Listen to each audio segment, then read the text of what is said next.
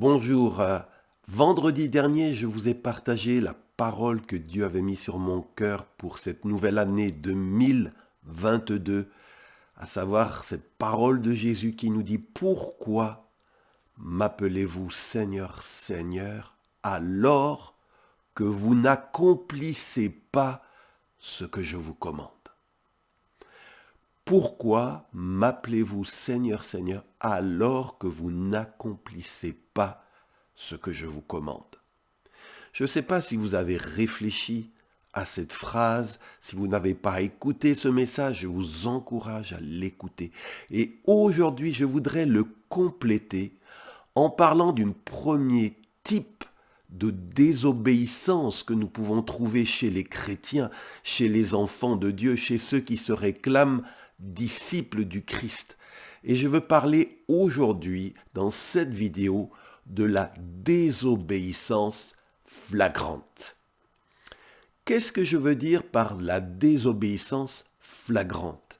La désobéissance flagrante, c'est la désobéissance par rapport à ce qui nous est familier, ce qui nous est connu, ce dont nous avons entendu parler et qu'il est donc facile à identifier.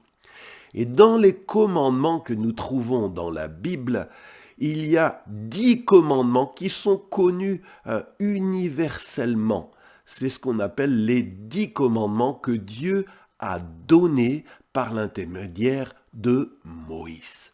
Eh bien, beaucoup de chrétiens ne connaissent plus ces 10 commandements, ou à peu, ou les ont relégués quelque part dans un coin de leur conscience, mais plus, c'est beaucoup de chrétiens transgressent ces commandements fondamentaux que Dieu nous a donnés dans sa parole. Donc cette désobéissance, c'est une désobéissance importante, flagrante. Alors vous allez me dire, expliquez-moi un peu plus. Eh bien, si vous le voulez, nous allons relire et voir ensemble en quoi consistent ces 10 commandements et en quoi est-ce que souvent, malgré que nous disions à Dieu Seigneur, Seigneur, nous les transgressons.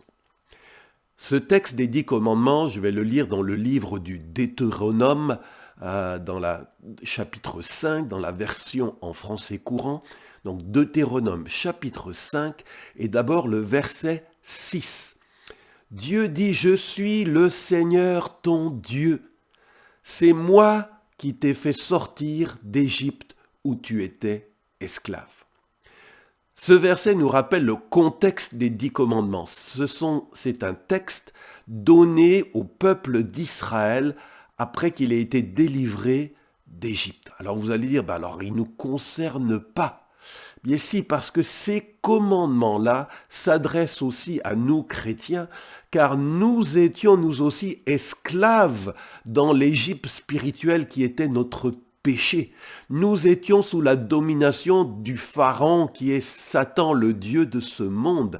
Et par Jésus-Christ, par son sacrifice, nous avons été délivrés de cet esclavage. C'est pour la liberté, disait l'apôtre Paul, que Dieu nous a affranchis. Donc ce texte nous concerne à nous aussi qui sommes l'objet du salut et du secours de notre Dieu. Alors voilà le premier commandement que Dieu donne à ceux qu'il a sauvés, délivrés de leur Égypte. Premier commandement, on le lit au verset 7, « Tu n'adoreras pas d'autre Dieu que moi. » Tu n'adoreras pas d'autre Dieu que moi.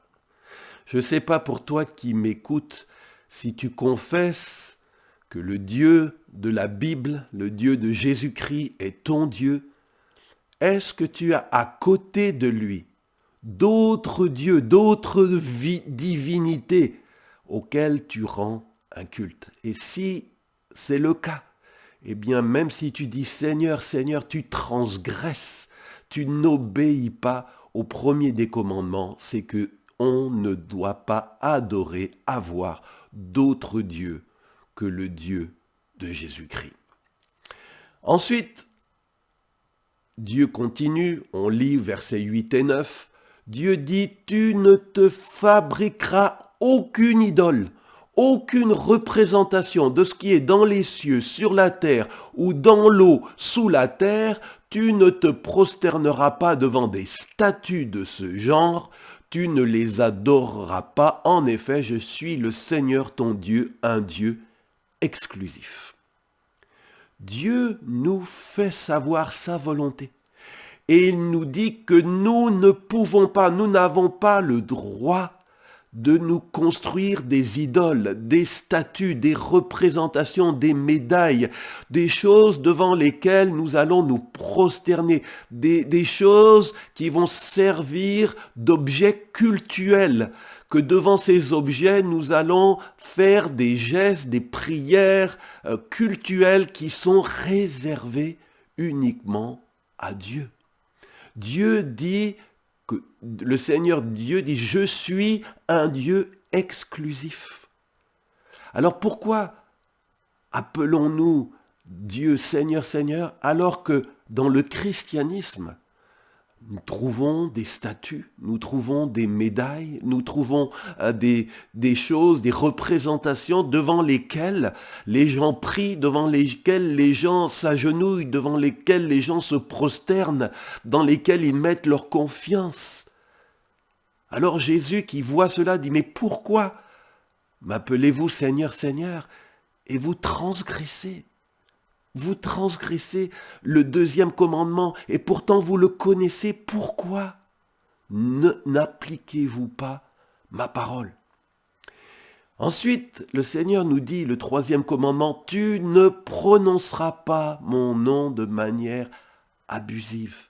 Car moi, le Seigneur ton Dieu, je tiens pour coupable celui qui agit ainsi. Oui, trop de fois, nous prononçons le mot Seigneur, Seigneur à la légère, alors que nous ne lui obéissons pas. Trop de fois dans nos prières, nous multiplions le nom Dieu, ô mon Dieu, ô Seigneur, ô l'Éternel. Mais le Seigneur dit que quand on prononce son nom, on doit le faire avec crainte, on doit le faire avec une sainte crainte, pas la peur, mais la crainte de l'honneur. Nous ne pouvons pas, ne devons pas prendre le nom de Dieu à la légère. Et parfois, même des fois, on va blaguer, on va parler vraiment. Non, que la crainte de Dieu revienne dans nos cœurs. Que nous prononcions le nom de Dieu avec un vrai respect, une vraie révérence pour qui il est. Il n'est pas notre pote sur lequel on peut taper sur l'épaule. Il est Dieu. Il est au-dessus de toutes choses. Il est saint, saint, saint et le Seigneur. Ensuite, le Seigneur nous dit, on le lit versets 12 à 14, « Prends soin de me réserver le jour du sabbat, comme le Seigneur ton Dieu l'a ordonné. Tu as 6 jours pour travailler et faire tout ton ouvrage, et le 7e jour, c'est le sabbat qui m'est réservé à moi, le Seigneur ton Dieu. » Vous savez, bien-aimés, dans la modernité, on est en train de transgresser ce commandement, ce rythme que Dieu a institué dans sa création. Tu travailleras 6 jours et tu te reposeras le 7e jour. Se reposer, c'est un commandement de Dieu. Aujourd'hui, les gens travaillent 7 jours sur 7. On veut ouvrir les magasins 7 jours sur 7, jour comme de nuit. C'est comme si l'homme se noie dans son activisme. Mais il est dit que nous devons, dans notre emploi du temps, mettre un jour à part, non seulement pour nous reposer, mais pour lever les yeux vers le ciel, pour nous souvenir de notre Créateur, pour lui rendre un culte. Bien-aimé, dans ta vie, prends-tu à cœur un jour pour ta famille, un jour pour Dieu, un jour pour reprendre des forces, pour prendre du recul par rapport à ta vie? On est toujours le nez dans le guidon, on n'a pas le recul nécessaire. Il est bon de lâcher nos activités habituelles afin de pouvoir réfléchir, afin de pouvoir analyser et aussi lâcher nos activités, nos soucis, nos préoccupations. C'est une manière de manifester notre foi, que tout ne dépend pas de la force de nos bras, que nous nous confions en Dieu qui prend soin de nous, même si je me repose, il pourvoira à mes besoins. Le repos, c'est un acte de foi.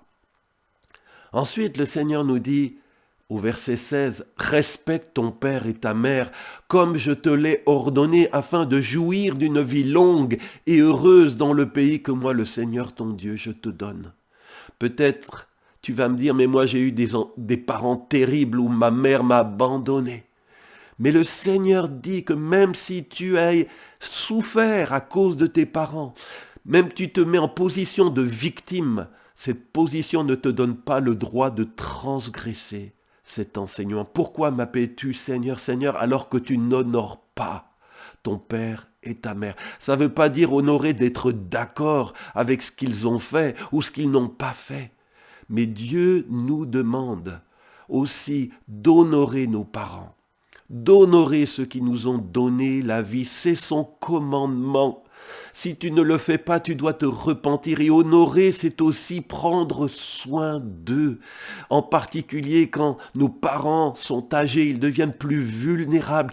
Tant de parents chez nous en Occident sont abandonnés dans des asiles de vieillards, dans des maisons sans visite, sans coup de fil. Ils se sentent abandonnés par leurs enfants qui courent après les carrières, après les chèques, après l'argent, après les loisirs et n'honorent pas les parents que Dieu leur a donnés. Verset 17, Dieu dit, un autre commandement, tu ne commettras pas de meurtre. Bien-aimé, toi qui m'écoutes, sache qu'on ne tue pas juste avec des fusils ou avec des poignards, on tue aussi avec la langue. On tue par des paroles méchantes qui blessent. Dieu dit, tu ne commettras pas de meurtre. Alors pourquoi appelles-tu Dieu Seigneur, Seigneur, alors qu'avec ta langue tu tues tant de gens, tu blesses tant de gens? Verset 18, Dieu dit, tu ne commettras pas d'adultère. Nous vivons dans un monde hyper sexualisé. La sexualité est partout. Nous sommes inondés par la pornographie sur Internet. Tant de gens ne sont peut-être pas physiquement adultères, mais dans leur pensée, ils convoitent. Dans leur pensée, ils regardent des choses où ils commettent dans leur cœur l'adultère. Et après, nous disons, Seigneur, Seigneur. Et Jésus nous dit, mais pourquoi, si tu m'appelles Seigneur, ne fais-tu pas ce que je te commande? Verset 19, tu ne commettras pas de vol. Oui, tricher pour gagner un peu plus. Extorquer parce que, on va dire, c'est une bonne affaire, c'est une bonne occasion. Bon, c'est pas trop grave, je peux le faire. Non. Dieu dit, tu ne dois voler ni l'État, ni ton prochain, ni tes parents, ni ton église, ni tes paroissiens. Tu ne commettras pas de vol. Verset 20, tu ne prononceras pas de faux témoignages contre ton prochain. Combien de fois avons-nous contribué à ce que des gens soient accusés à tort? Nous avons apporté notre contribution à des fake news, à des mensonges. Le Seigneur dit que tu ne dois pas prononcer de faux témoignages contre ton prochain. Tu n'as pas le droit. C'est de la médisance, c'est de la calomnie de dire des choses fausses qui portent préjudice aux autres. Tant de chrétiens qui disent Seigneur, Seigneur, avec leur bouche, condamnent des innocents, accusent des gens qui ne sont pas coupables et nuisent gravement à leur réputation. Verset 21, Dieu dit, tu ne convoiteras pas la femme de ton prochain, tu n'envieras rien de ce qui appartient à ton prochain, ni sa maison, ni son champ, ni son serviteur, ni sa servante, ni son bœuf, ni son âne. Oh, tes regards de convoitise sur la maison de ton prochain, sur la voiture, la moto de ton prochain, sur la situation de ton prochain. Le Seigneur, sur l'épouse, les enfants de ton prochain. Le Seigneur dit, tu ne convoiteras pas, tu ne désireras pas ce que Dieu a donné à d'autres, que tu dois être satisfait de ce que Dieu te donne et ne pas passer ta journée à te plaindre et à regarder avec convoitise ce que ton prochain a reçu. Sois heureux. Es-tu capable de te réjouir de ce que Dieu a donné aux autres sans le convoiter? Dire, Seigneur, merci, tu as béni cette personne, merci. Pourquoi m'appelles-tu Seigneur, Seigneur, alors que tu ne cesses de convoiter ce que tu n'as pas?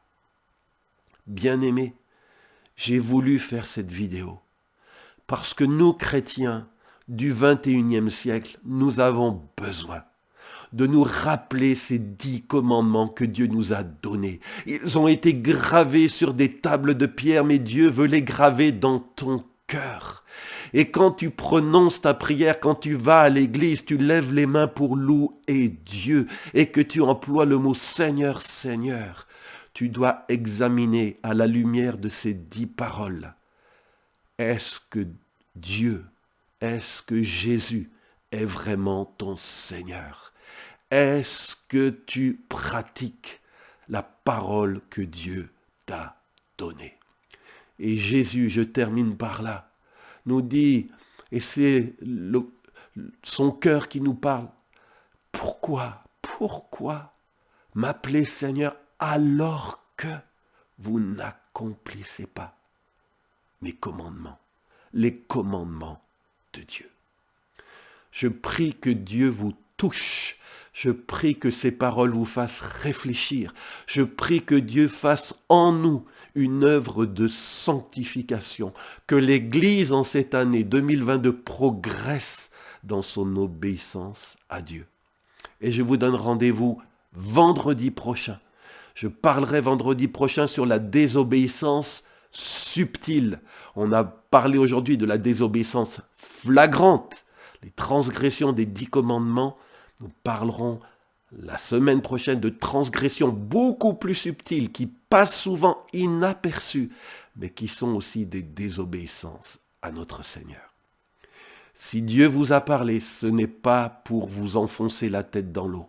C'est Dieu vous aime et si vous avez été corrigé par sa parole, c'est parce que Dieu vous traite en fils et en fille. Alors ne vous attristez pas, laissez cette parole vous transformer, vous changer. Et si elle vous a attristé, que ce soit une tristesse selon Dieu qui vous amène à la repentance qui libère et qui donne la paix. Je vous dis à vendredi prochain pour la suite de ces messages.